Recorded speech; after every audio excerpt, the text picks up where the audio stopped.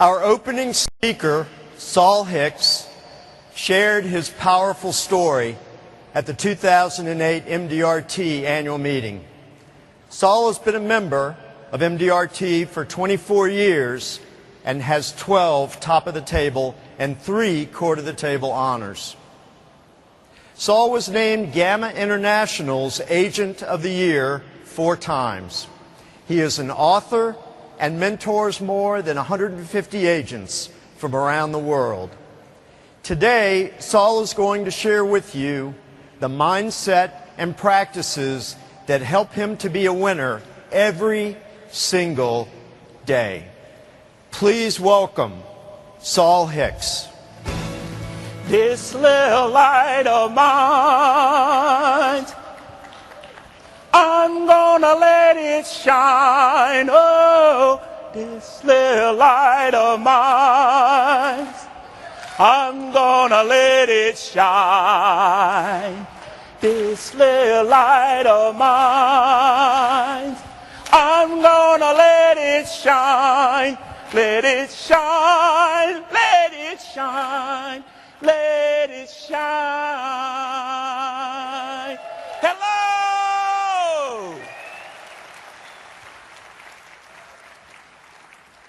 I am so excited. It is my honor to be here with you in beautiful Bangkok at the $1 Million Roundtable Experience. But before I go any further, turn to your neighbor and say, "You look good today."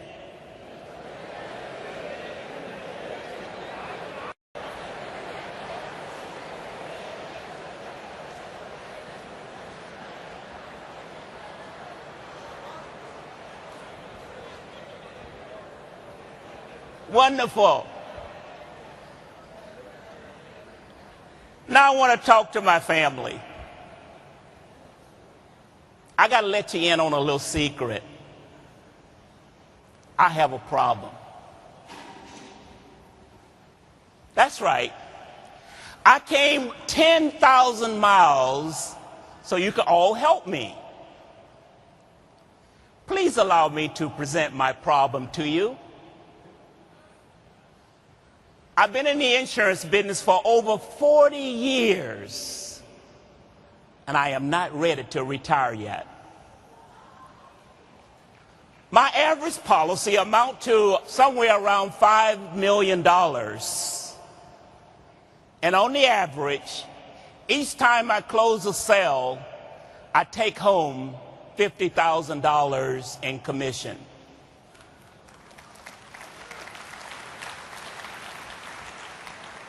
Each year it takes me about 12 weeks to qualify for top of the table.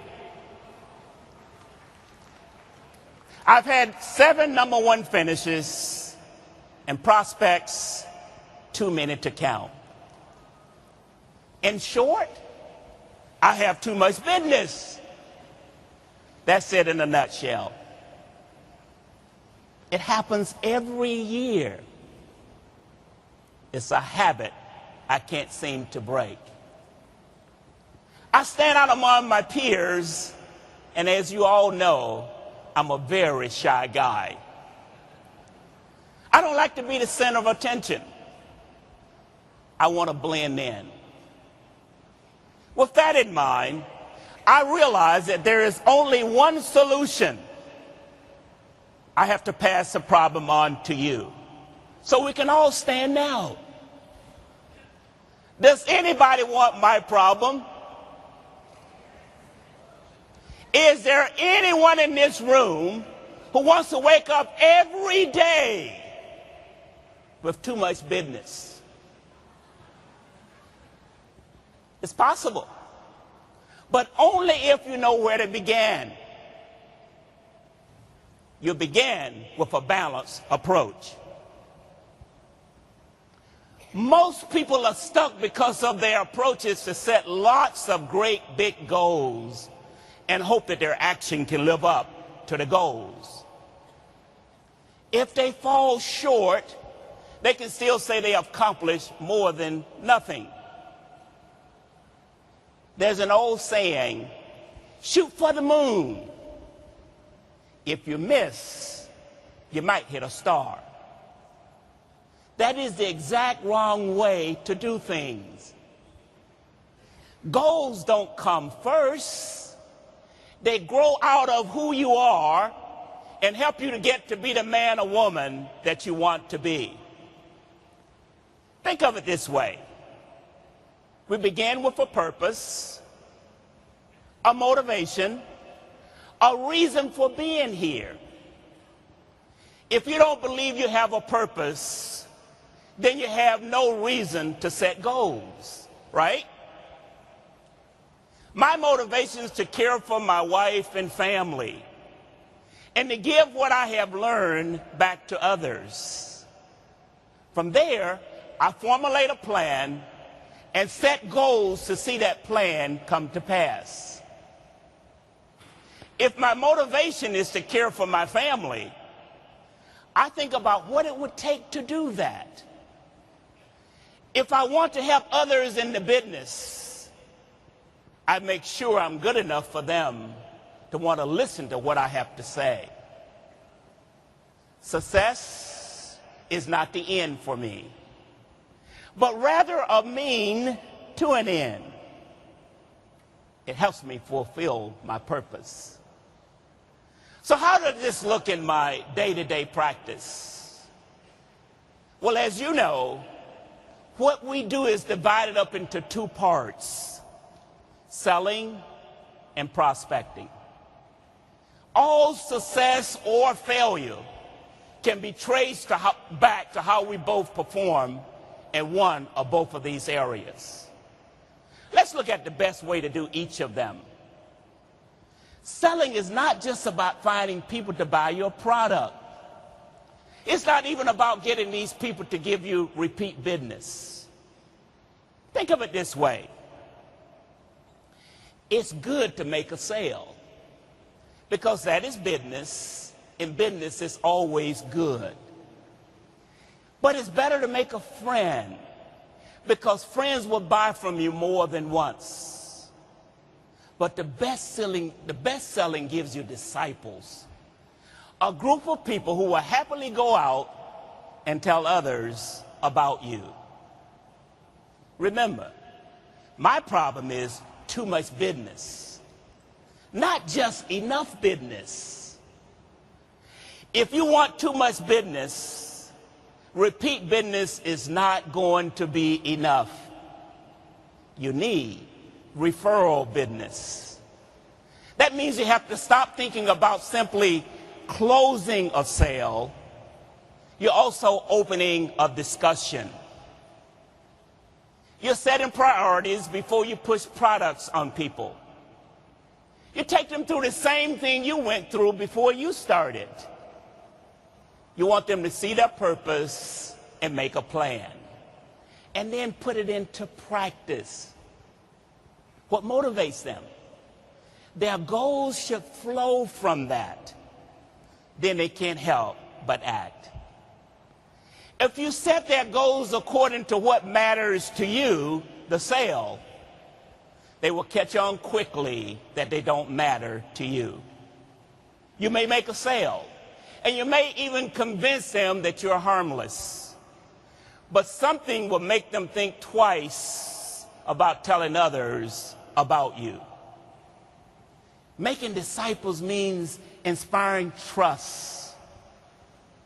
When people trust you, they invite you to ask them good questions. Questions that help you get to the bottom of what matters to them. Creating a plan for them develop from that, and products become a way to achieve that goal. You only get disciples when people believe in you and believe in what you're doing. They can't do that if they feel you're only trying to get into their pockets. Prospecting is made so much easier when you have disciples because they will help you do your work. Just like selling, there's a good, better, and best way to prospect. It's good to cast a net, meaning you get out there and you market yourself to people. The idea of it is that you throw your net over enough people, there will be enough responses to give you enough prospects to talk to. But good enough is not good enough if you want too much business. Better than casting a net is finding a client with good net worth. Someone who can give you a lot of business. But by far, the best prospect is to create and maintain a good network. Networks are nets that work for you. They are not just potential groups of people, but potential groups of disciples. Creating a solid network takes a little effort on your part, but it will pay off in the end. You begin with looking at who you know and who knows you. Then the network that you already have. Begin with the people who have already had positive encounters with you. The people who have said yes. Then you expand that network by following up and asking for referrals.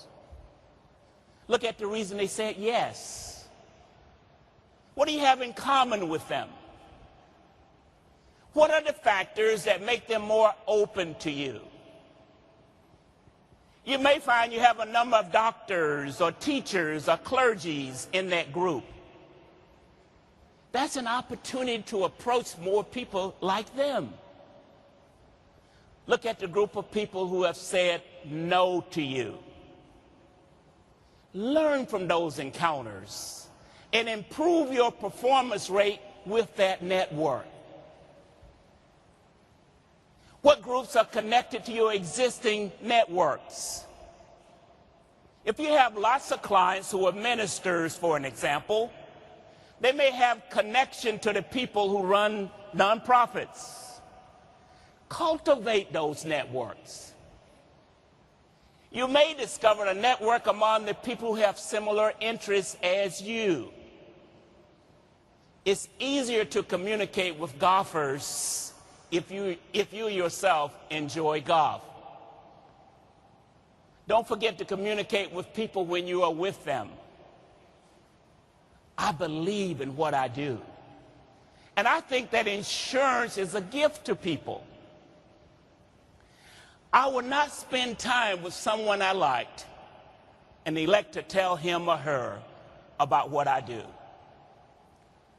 Lastly, become known where you live. Involve yourself in your communities and community organizations. You already have something in common with the people you see every day.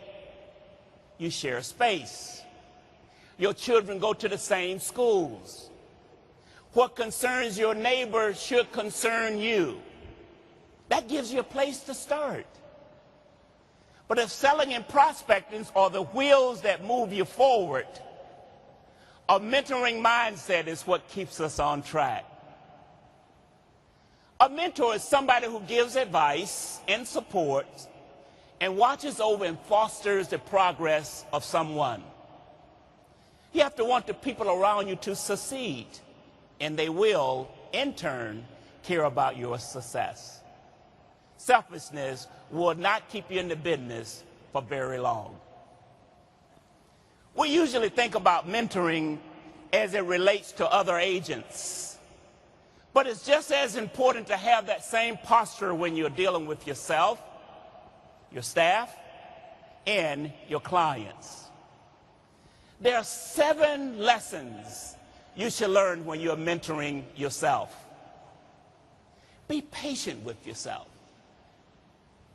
At the same time, don't allow yourself to slack off or to do less than you know you're capable of doing. Being business is not business. Activity does not always translate into productive action. Plan, prepare, and practice. In other words, don't waste time when you have it or before you have it. When we fail to plan, it's like spending money we don't have yet. Then when the money comes, we can't use it because it's already gone. Get healthy and stay healthy. You are the most important sales tool you own. You are. You are the most important sales tool you own. Keep it in good shape. I am 68 years old, and as much as I don't like it, thank you. When I'm home, I work out with a personal trainer. And I listen to my wife when she tells me I can't cook or eat everything I want to. Schedule everything, even your downtime or your days off. If you do that, you will always have time for everything. And you won't feel guilty about taking a break if you plan it. Lastly, master your unspoken words.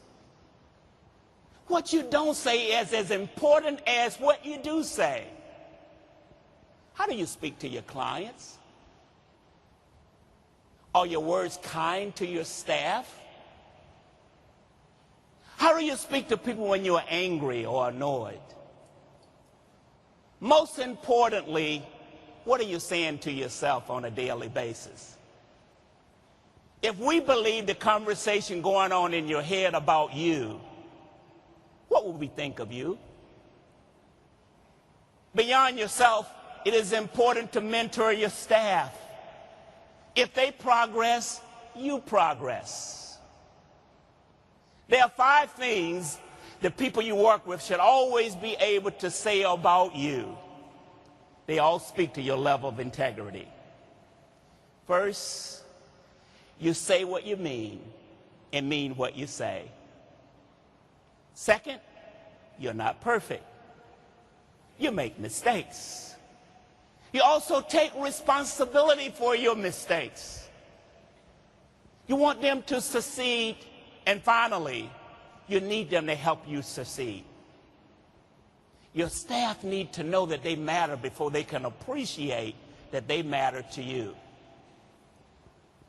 Mentoring or leading clients in today's market mean understanding that the days of the know-it-all sales guy bullying his way into a sale are gone. This is the era of permission marketing. You don't get to the party without an invitation.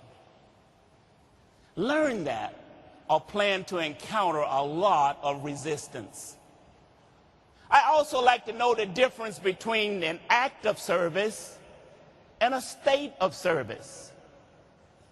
Selling is serving, but serving is not what we do.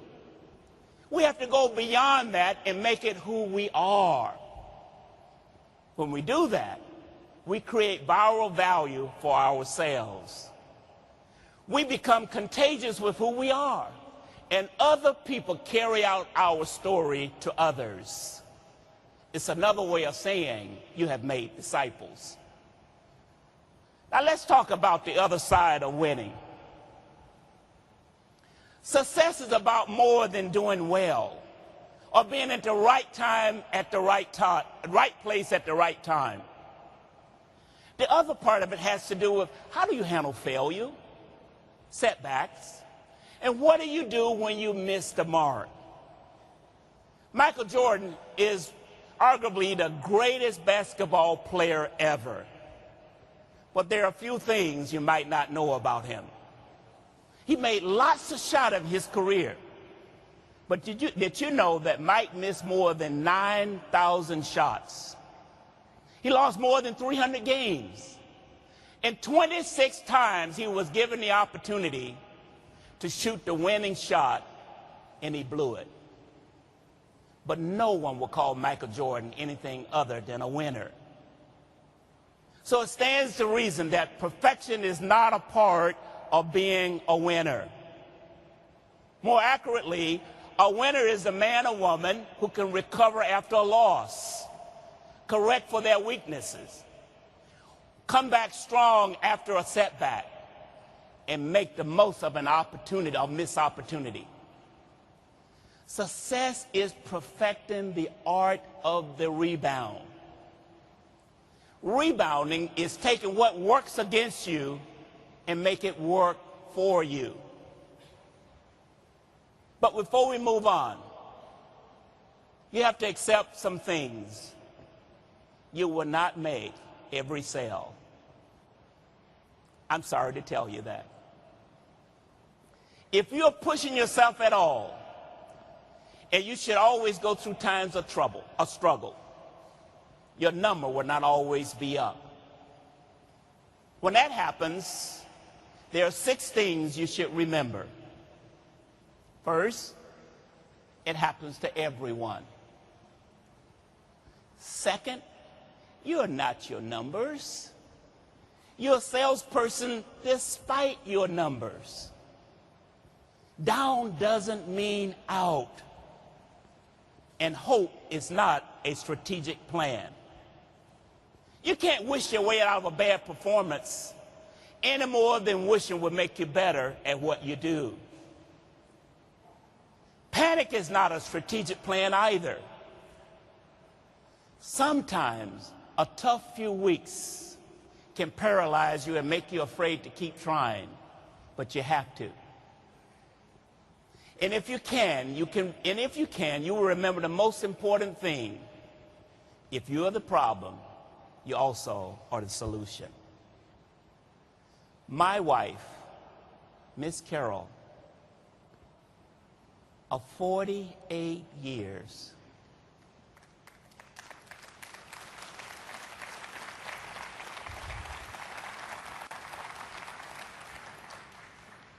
baby, I want to thank you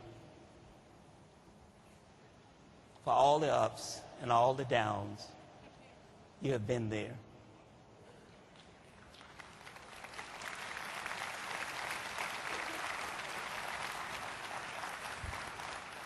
If I never get another gift,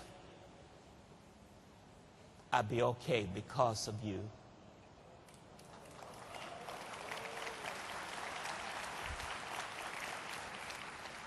You are the sugar in my coffee.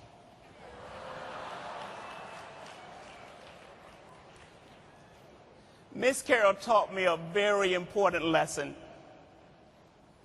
when I was having a really rough season.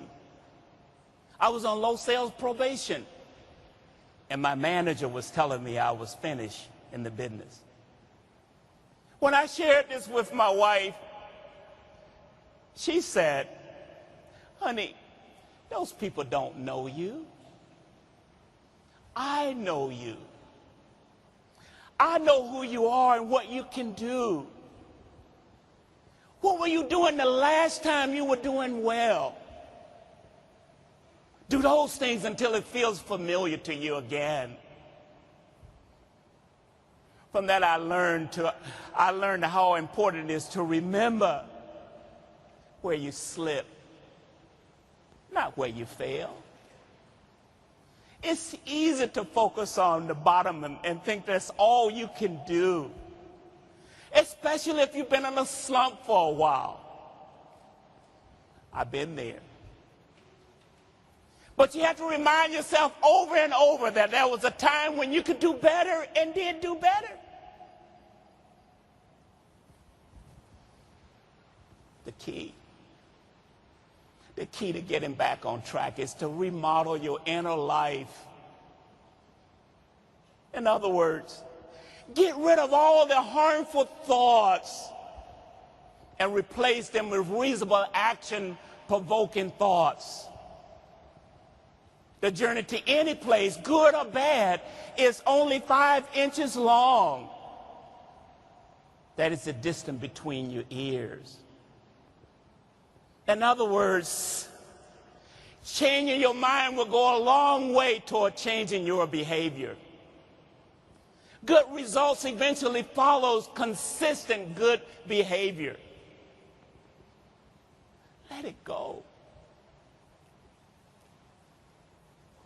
You can't move forward until you let it go. Let it go. As result follows, it's important to get into the discipline of repeating whatever is working for you and to release any anger, worry, or bitterness you might have developed in your low season. Those things can limit your performance. And as you know, anything that limits your performance doesn't get a vote. Now, sometimes you are not the problem. Sometimes you can be challenged by problems with your staff, your practice, or even the market. When that happens, the focus has to be different. If the problem is your team, then you have to address their needs personally. Teams are first and foremost comprised of people. If you don't let them know that you care, they will stop caring about you, and they will let you know by impacting your bottom line. Clarity is the most important thing when it comes to dealing with your team. They need to know where you stand. They need to know where they stand. If the problem is your practice, then dealing with it requires attention to details rather than people. Order is the key. How efficient is your operation?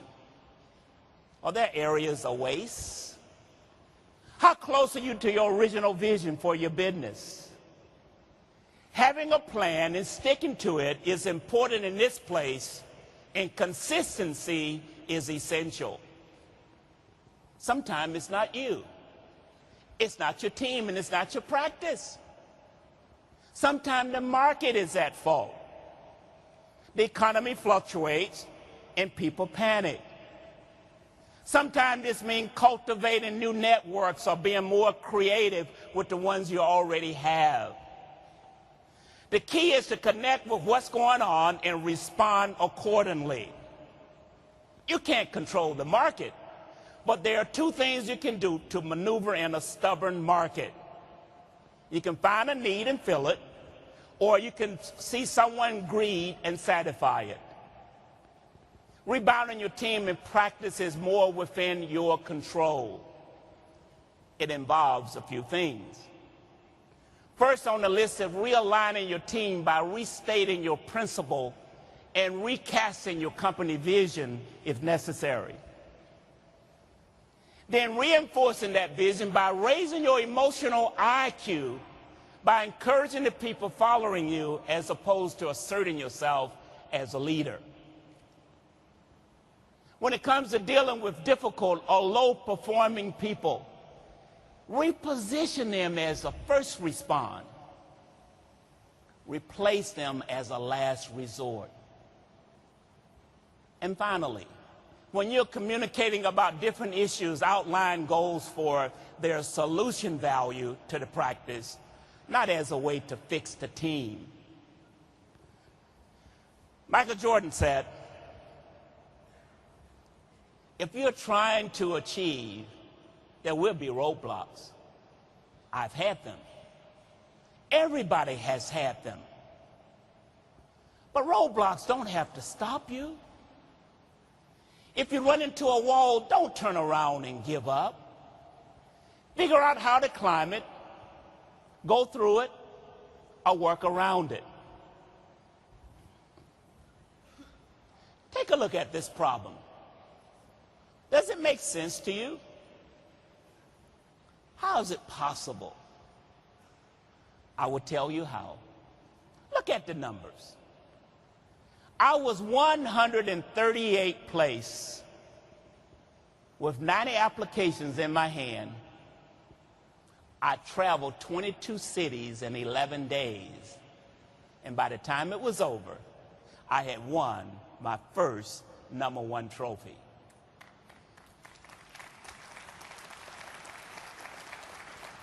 I haven't looked back since. Michael Jordan may have 6 rings, but I have 7.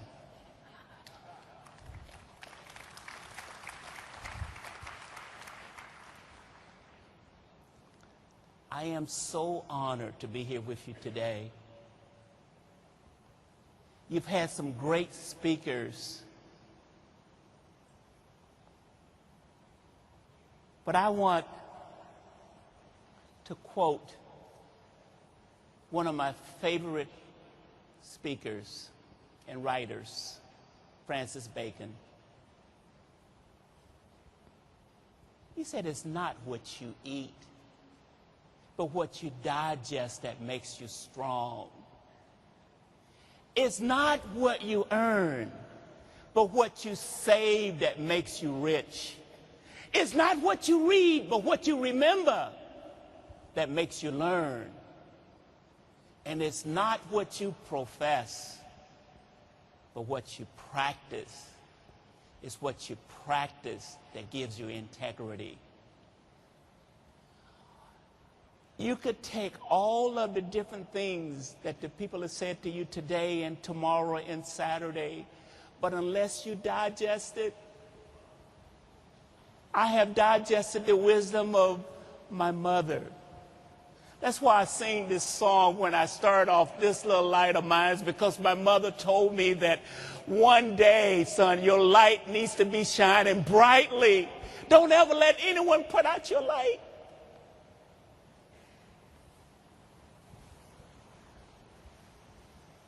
I've had my challenges.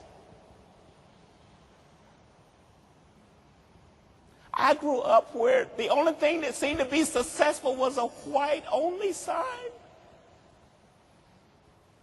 I used to clean a fountain I could not drink from. White only. Until one day I had the courage to drink from that fountain I was told I could never drink from. It takes courage.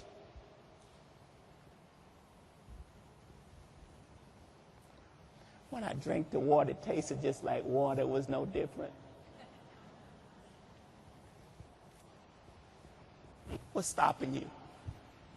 You want MDRT? You want COT, TOT? Stand on your feet. Stand on your feet.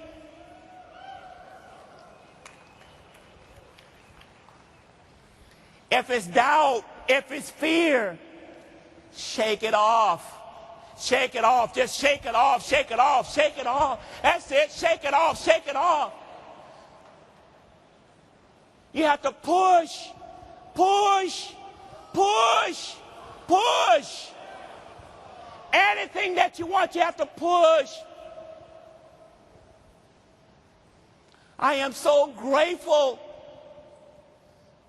You may sit down, sit down. I'm so grateful for the $1 Million Round Table. I am so grateful for this opportunity. So I want you to stand on your feet one more time and say, MDRT, MDRT, MDRT, MDRT. Get out of my way. I'm coming, I'm coming, I'm coming, I'm coming. That's it. Accomplish anything that you want in life, and you can have too much business. Make disciples. Thank you very much. MDRT, I love